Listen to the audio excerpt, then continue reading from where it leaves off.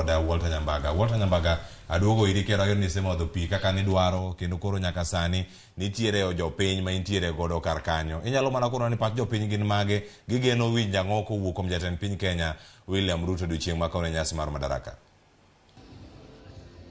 Naam, asante Cleophas. Hapa ninayo seneta wa Embu County ambayo tutazungumza naye kwa muda mchache kabla nikampatia nafasi ya hudhurie pale ndani akalia, alafu atapata nafasi ya kusikia tena maoni ya rais wetu William Ruto atakapofika hapa.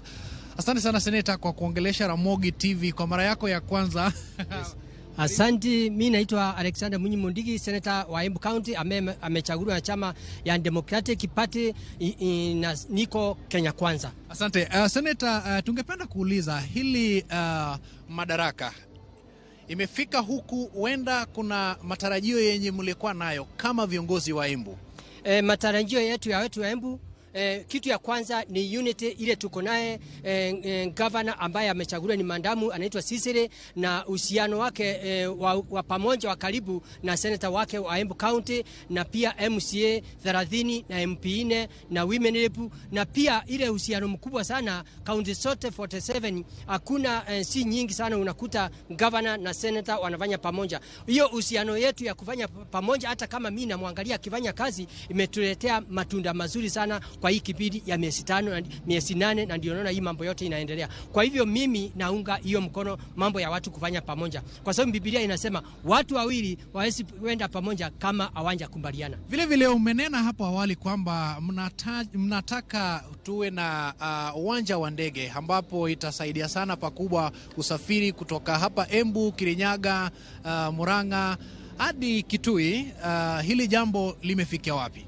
Hiyo maneno nimekuwa kila siku nikiongea, na pia hata njusi niambia governor ambaye ni Mandamu ivikie rais, hata kama leo nikiambiwa niongee hiyo mambo nitaongea, kwa sababu nakumbuka wakati alitamuka mambo ya hii vitu, ni siku ile tulikuwa pale tukaomba hizo vitu zote, na mimi najivunia kwa sababu mambo ya bypass niliomba, mambo ya bypass nikaomba, mambo ya uwanja, na pia nikaomba hata hii stadium irekebishwe. Naona vile inafanyika, kwa sababu tunajua kama tunaweza pata hiyo uwanja ndege, sio Embu peke yake itaweza kusucceed kumbenefit. Counties nyingi zile siko hapa kama Tharaka Nithi, Meru, Kirinyaga, Machakos, Kitui, zile siko hapa karibu Central Province. Unakuta area hii hakuna mahali unakuta ndege zinakuja.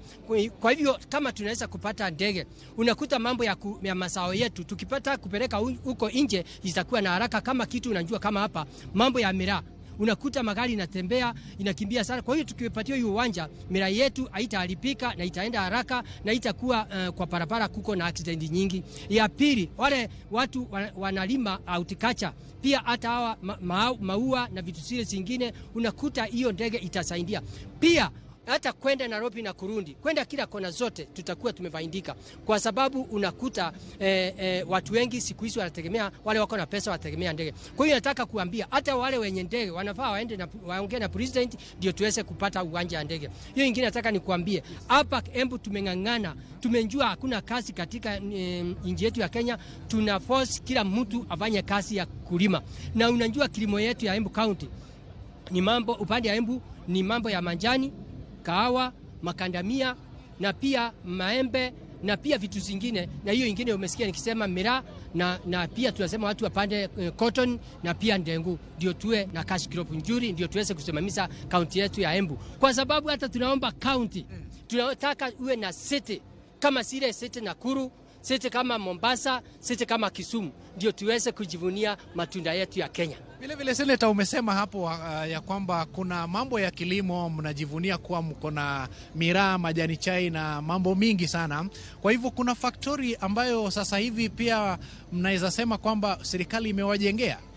Mpaka saa hii ile vitu imejengwa ni mambo ya factory zingine za kahawa, ingawa haifanyi vizuri, kwa sababu unakuna mwananchi amevinyika sana kule chini, kwa sababu unajua kama kahawa iko under AFA ni kumaanisha Agricultural Food Authority, na ndio tumekuwa kama mimi vice chairperson wa agriculture tunavinyilia serikali hiyo kitu yote itolewe, kwa sababu kutoka mkulima anavinyika. Kwa sababu kama saa hii makandamia inatoka shilingi 20 kutoka kwa shilingi 200, na ndio tunauliza serikali ya William Ruto aongee na minister wa agriculture anjaribu kumbani hiyo